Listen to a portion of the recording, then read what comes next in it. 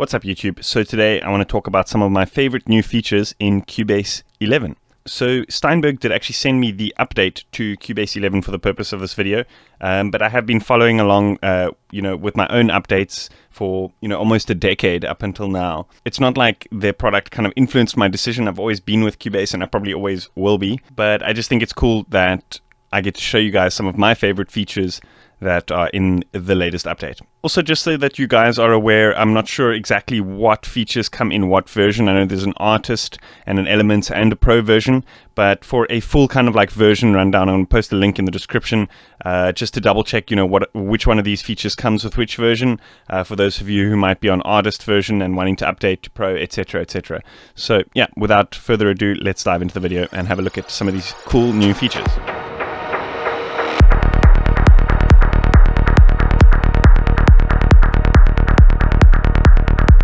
So probably what I think is the most exciting new feature in Cubase 11 is the new SuperVision plugin. So what this is basically everything you could ever need in terms of analysis in a single plugin. It's super expandable and customizable.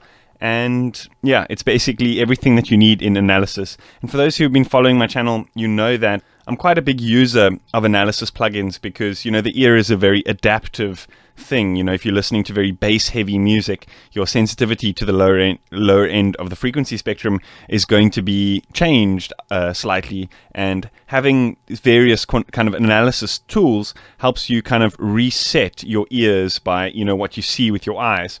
So I want to show you some of the really cool features that are in SuperVision. So like I said, the plugin window is expandable, so you can resize it to a full window, but just so you guys can see everything that's going on, I'm going to resize it so it doesn't cut out where my face is on the screen right now. This is just a quick kind of preset that I made. We're going to recreate a couple of presets. I'm going to show you a couple of the cool features about this plugin that I think make it particularly special. So like I said, it's fully customizable and scalable. So what I'm going to do is I'm going to put a brand new instance of the plugin up into my stereo output over here, and we're going to build a kind of custom analysis tool with some of our favorite tools that we use quite often when producing music. And the cool thing about this is you can just kind of split the screen and then split it again sideways, and then each one of these kind of bands is expandable and resizable. And with each of these kind of like settings, with each of these kind of panels, you have got a little advanced settings window that you can pop up. You can force it to be vertical or horizontal, etc. There's various kind of like settings in terms of how you want the readouts to display, etc. So let me show you some of the different settings that you can call up on these panels. And it's pretty much everything, like I said, everything you could ever need in terms of analysis. And something that I think is missing in a lot of plugins that I actually use Flux Analyzer for, but which has certain pros and cons. Obviously, having this kind of analysis in your DAW natively is very, very cool. So anyway, this type of multi-panorama display, what this essentially is it's showing you your stereo information across the frequency spectrum. So as you can see here, I've got almost no stereo information happening in my low end. So that's where my kick and my bass is occupying. And generally speaking, you want that to be in mono because you don't want any kind of phase issues to be happening in your low end. And having a plugin like this, it helps to very quickly see at what spectrum you've got these kind of phasing or stereo information happening. So already, straight off the bat, very, very handy analysis tool that we've got built in here. So it doesn't end there. We can go ahead and we can add in like another little phase display. So let's say a phase scope. This one has got its own like settings here we can choose. I like this envelopes display. This one looks particularly cool. Again, this is another way of displaying what kind of phase information you have going on in your track. We've got various level readouts. We've got loudness, in terms of actual number readouts for LUFS and that kind of thing. Let's just go ahead and call up a bunch of what I think are going to be, very handy tools to use in this context. So we have a oscilloscope as well. We can actually pop this open, and we've got various settings we can choose here. However, I would probably still use something like Oscillos Megascope, or, there are various other ones, just because that's kind of like synced to the tempo. It'd be cool if they did update this with tempo sync capabilities. Nudge, nudge, wink, wink. We do also have a wave scope and a wave circle, which is pretty interesting. This is just a different way to kind of visualize the readout in your track, but I think that's just visually quite appealing. But anyway, not like that does much for your sound. Another handy thing is time. This is something that might be unsuspecting to most people, but having a time readout is just super handy, because it's not something that's in your transport panel. You generally have to add a ruler track to do that. And I do a lot of kind of analysis for, some of my Patreons and stuff. They'll send me tracks, and to be able to see exactly like what frequencies doing what at exactly what time, just super, super helpful. And again, it being expandable, being able to choose and customize our own presets is just amazing.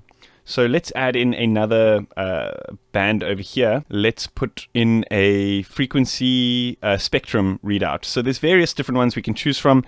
We've got spectrum bar, which is kind of close to the RME style of readout. We've got spectrum curve as well. So this is cool because it gives you exactly the resonant, like the exact frequencies of these resonant tones that are poking out here if you hover over it. So that's pretty cool. If you're looking for specific frequencies to EQ out, very, very handy little tool built in there. So I think this is cool for a kind of all-in-one scope that we could use in various different mixing, mastering, and sound design contexts. So I'm going to go ahead and check out some of these color options that we've got here. So what we can do here is we can save this preset. So now we can go ahead and we can, recall this preset or recall any other presets. We can make specific kind of analysis tools for specific contexts. Say for example, you want specific tools for mastering, you want specific tools for mixing, music editing, sound design, etc., etc. You can do that, and you can quickly recall them, which is also super, super handy. Again, it's scalable, customizable, so you can change these presets and all sorts of stuff like that. So just having some easy ones to start from does help a lot. But like I said, just it's super easy to just build them from scratch anyway. So yeah, just to show you guys how cool it is to quickly change these. This is also pretty cool, a corellometer, similar to the one in Vox&Go PHA 979. So this again also shows you what kind of phasing or how much antiphase is happening at what frequencies. So as you can see in the low end, there's almost no antiphase happening, but as we go lower into the spectrum, as we go higher into the spectrum, there's more and more stereo information. That means there's more tendency to get this kind of like differences between the left and the right channel. I want to show you a quick example of how handy this thing is over here. So I added this sound in with actually another feature that's in Cubase 11, which I'm going to talk about shortly. So I added this sound in. I'm actually going to show you the pre and post examples, and then I'm going to show you how cool it is to actually have that little analysis system, the multi-panorama system.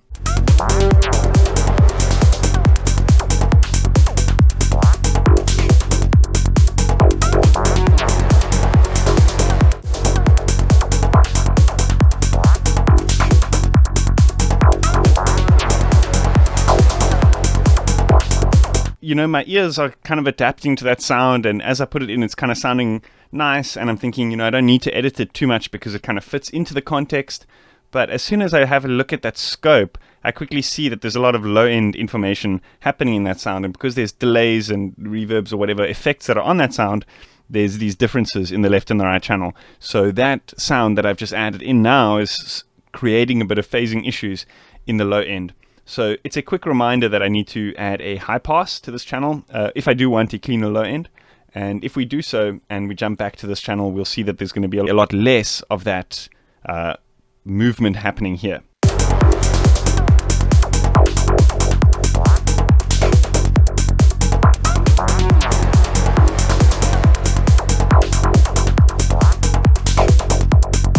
So I want to show you an example of like what happens when we add a sort of wide bass. I know this gets actually asked quite a bit, but generally speaking, it's something that you'd want to add in. You'd want to add in terms of a multiband type of effect. You don't want to affect the low end wideness. You don't want any of that kind of phasing stuff happening. However, I want to show you quickly what happens when we do have it, visually on the scope. So I'm going to create a quick wideness system by just adding a harsh and then gaining it down a little bit, because it does tend to add a perceived gain increase with the harsh effect.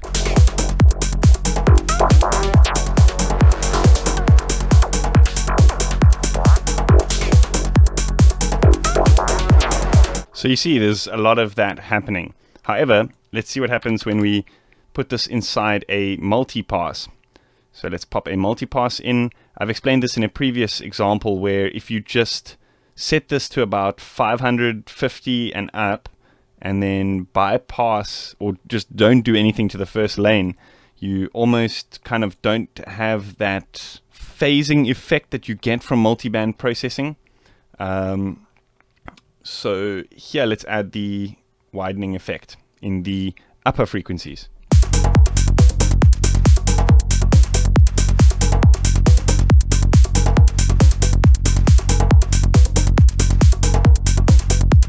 Cool. So yeah, that's a quick way of getting wide bass without affecting the low end.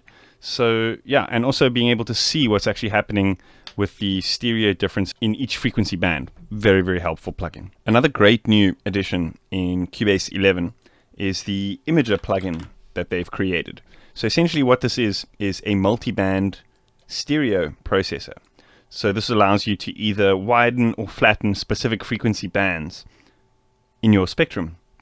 So this is very interesting because it kind of goes hand in hand with the plugin that I was just showing you guys. Because say, for example, if you find that there's a particular frequency band that you think is not wide enough, you can pop this onto your group or your output or whatever and adjust that. I want to show you guys the context in this kind of synth group that I've got for this track going on.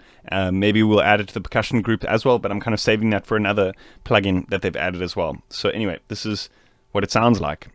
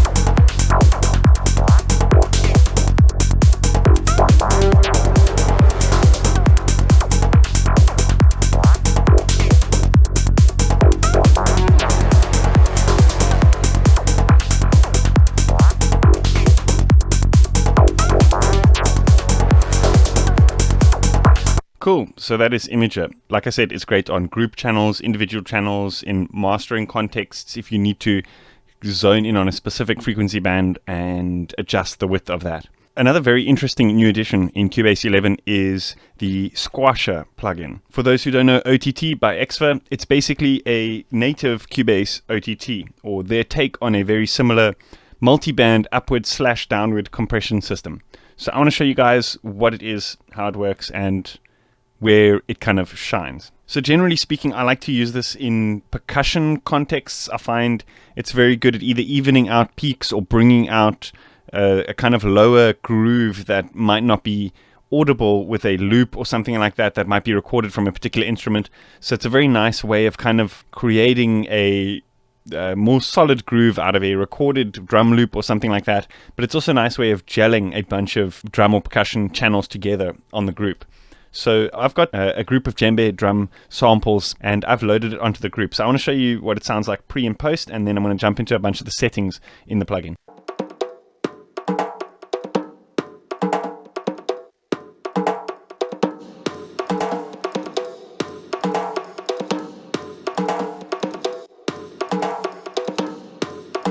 So as you load it onto the channel, it's very, very audible, what's actually going on here. But there are ways of toning it down a little bit by reducing the threshold amount. So this would be kind of like initializing it. I'm not sure kind of why it's so boosted when you load the plugin, but I guess they were kind of going for that OTT vibe, which is very over the top.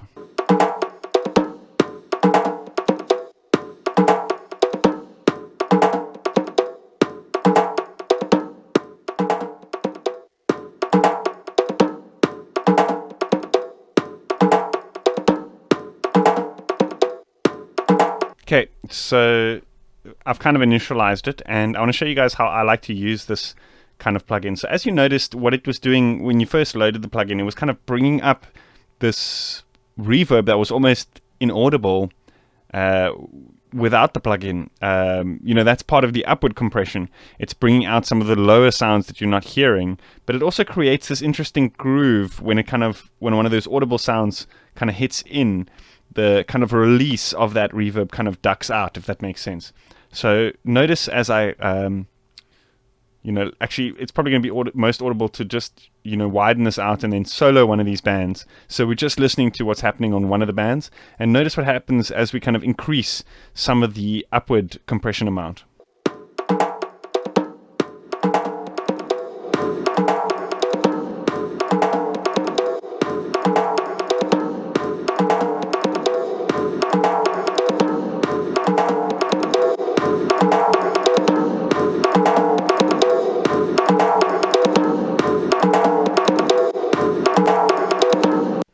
So if we open up the parameters setting over here, this little downward arrow, we can actually jump in and adjust each of these bands' attack, release, we've got drive, we've got a gate amount as well, and each of the bands' mix and a volume as well.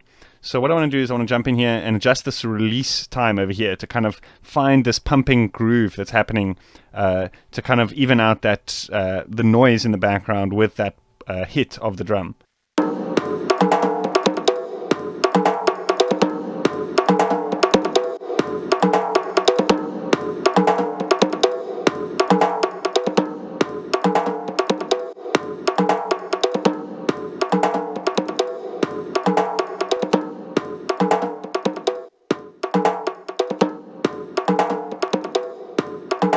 So of course it's way overdoing it, but it helps to overdo compression to hear exactly what's going on and then dial the settings back a little bit.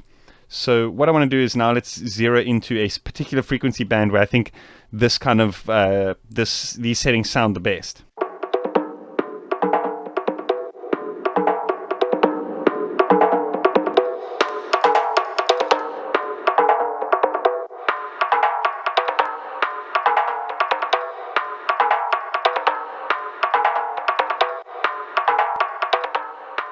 Then we can start to dial them back a little bit.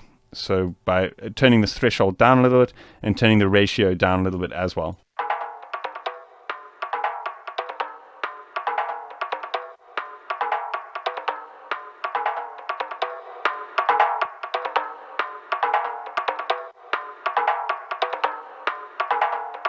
But we do still want a bit of that kind of like artificial reverby sound coming through to create a bit of that groove. So don't dial it down too much. So we can now dive into this downward compression and do a traditional kind of compression thing where we evening out the top peaks of the sound.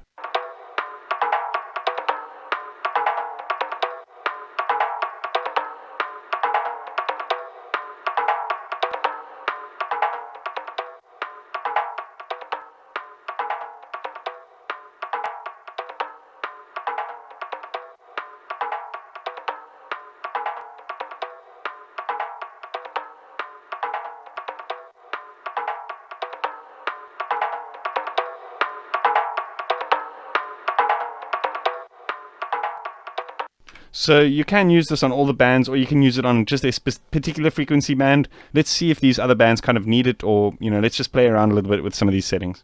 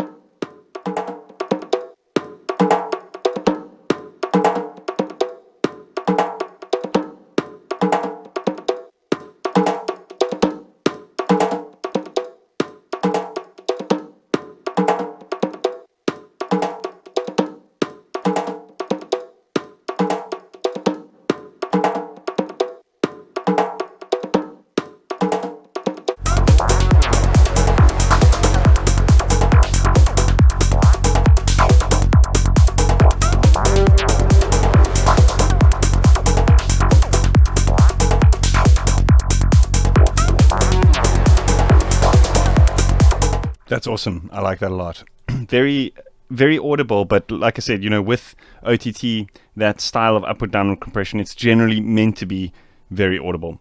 So there's another cool view over here, which you can use to adjust these nodes here visually. If you do prefer this kind of view, I'm not going to do it now because I kind of like the sound of this and I don't want to change it. But yeah, there's various views you can choose from for different workflow styles depending on what suits you. Yeah, and that is Squasher. So Cubase 11 also sees some pretty much needed updates to the sampler track in Cubase. Apart from, you know, the traditional sampling capabilities, they've added the ability to slice and retrigger loops on different keys and that kind of thing, which I think is really, really cool. So I've got a loop here. It was actually already in the track. This kind of hits loop. We can actually just mute that over there. I've added it to a new channel over here, normalized it so it's a little bit louder. And then what I'm going to do is I'm going to right click and then I'm going to say create sampler track. So what this does now is it loads our entire loop into the sampler. First off, visually, they've added a couple of updates so it looks a little bit more appealing, a little bit easier on the eye. But for those who are familiar with the Cubase's sampler track, you'll notice the slice thing over here. This is new. So if you click over here, it automatically detects the hit points for your loop, which is actually really, really cool. And yeah, so each of these hits will now trigger a different slice in the loop, or each key in your MIDI will trigger a different slice in your loop. So this is very cool for various different kind of things. We could set up a kind of randomization parameter here. So, you know, instead of letting the loop play through in its entirety, what we could do is we could set up every 16th note. Okay, it starts on a C3, I think. Just set up a bunch of 16ths over here. And then we can set up like a MIDI modifier to randomize the pitch and, you know, hit various notes in the sequence. So what we can do is let's just solo this over here. Let's go MIDI inserts. Let's create a MIDI modifier. Then let's go randoms. Let's go pitch, and then let's just go up a bunch. Let's say 4 octaves. So 36, 48 should be good.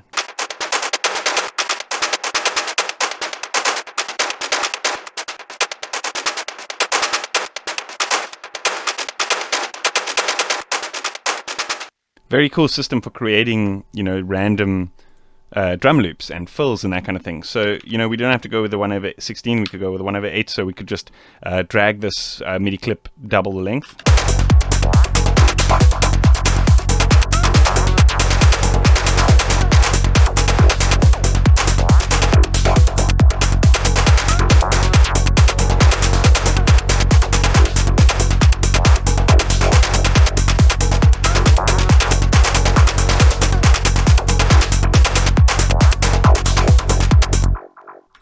What I'm going to do is I'm actually going to just pop open the channel window over here. I'm going to put on a little bit of EQ to low cut to just above 250. I'm going to put on a little bit of delay over here. So let's go with Yuhi's color copy.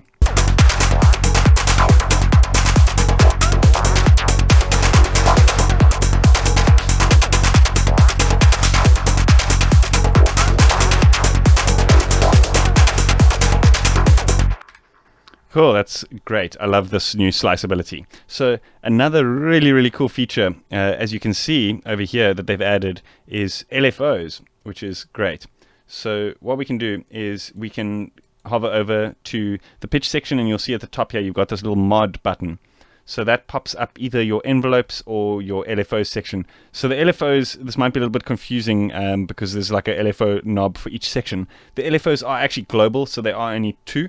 So for example, if we change this to sample and hold, then go to the amp mod, the LFO is going to be sample and hold as well. So there's only 2 LFOs throughout the whole sampler track, which I think is still pretty good. Nice new addition. So yeah, let's try a sample and hold on the pitch over here. So let's sync this to tempo and then change it to like a 1/16.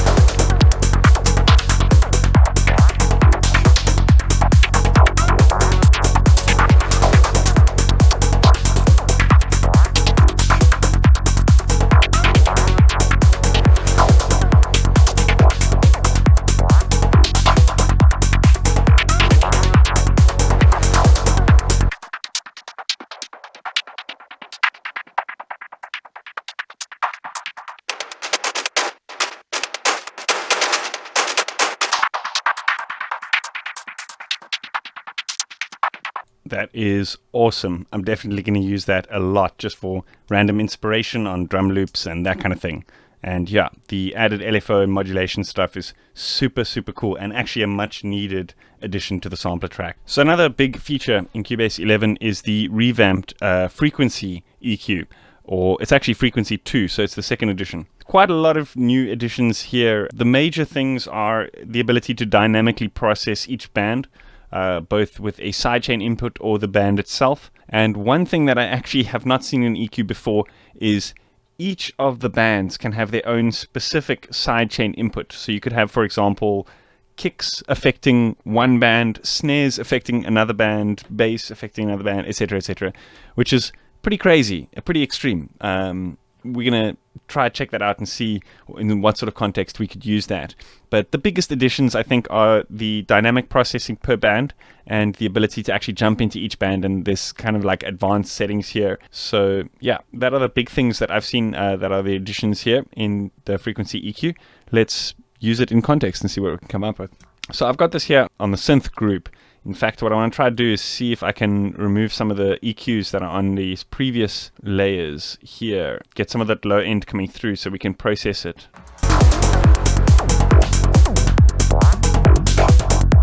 So there's that one loop there which has got a ton of bass coming through. So what we can actually do is let's maybe use band 1. Let's create a shelf. Let's do about here, and then what we can do is, let's try apply the bass to this group over here, to this band over here. So we can open up our sidechain settings by clicking here to enable it and then clicking here to open it up. So how it works is, instead of adding a bunch of different sidechain inputs here and them each applying to the nodes, you could have various sidechain inputs applied to one node, and then various sidechain inputs applied to the next node here. So the little drop down over here applies to each node, if that makes sense. So here, let's choose a sidechain node. I believe this channel is the bass output from Falcon. And then we can go, let's say, for example, sidechain 2. Let's create the kick over here. We'll do, let's say, sidechain the djembes to number 3, I think. Let's see how we could use this in context. So you could go here to enable the dynamic parameters, but I find it a lot easier to actually dive into the actual advanced parameters for the window and do it over here. So let's set this input to sidechain 1.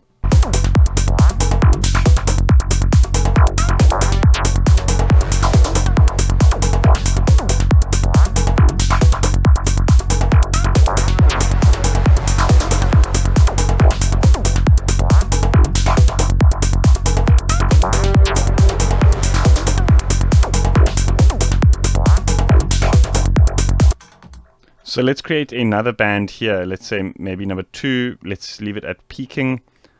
Let's do dynamics, sidechain input number 2. Let's sidechain this one off the kick.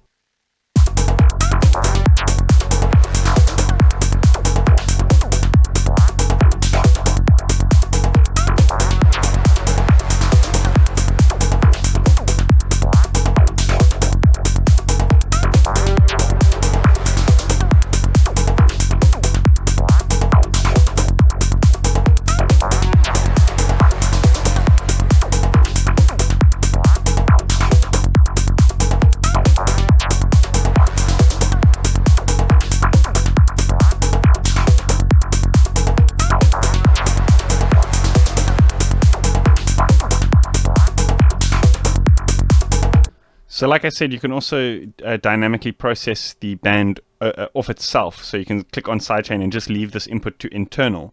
So let's set this to a high shelf, and we can maybe create like a pumping effect depending on how much content is in that frequency band, if that makes sense.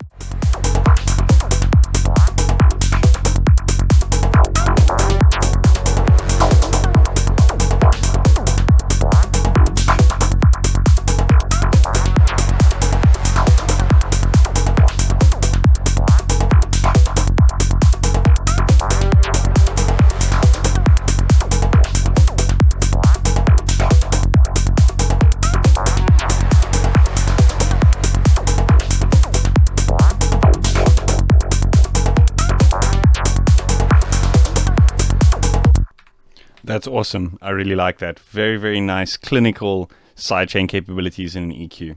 And I think that is very good execution of it. And I can see myself using this in various different contexts. Super handy.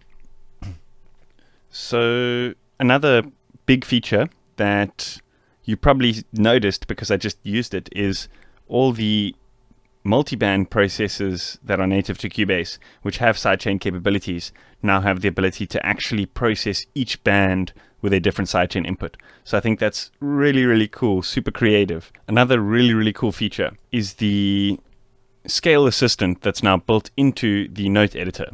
So what is this? What does it mean? Let's have a look here quickly.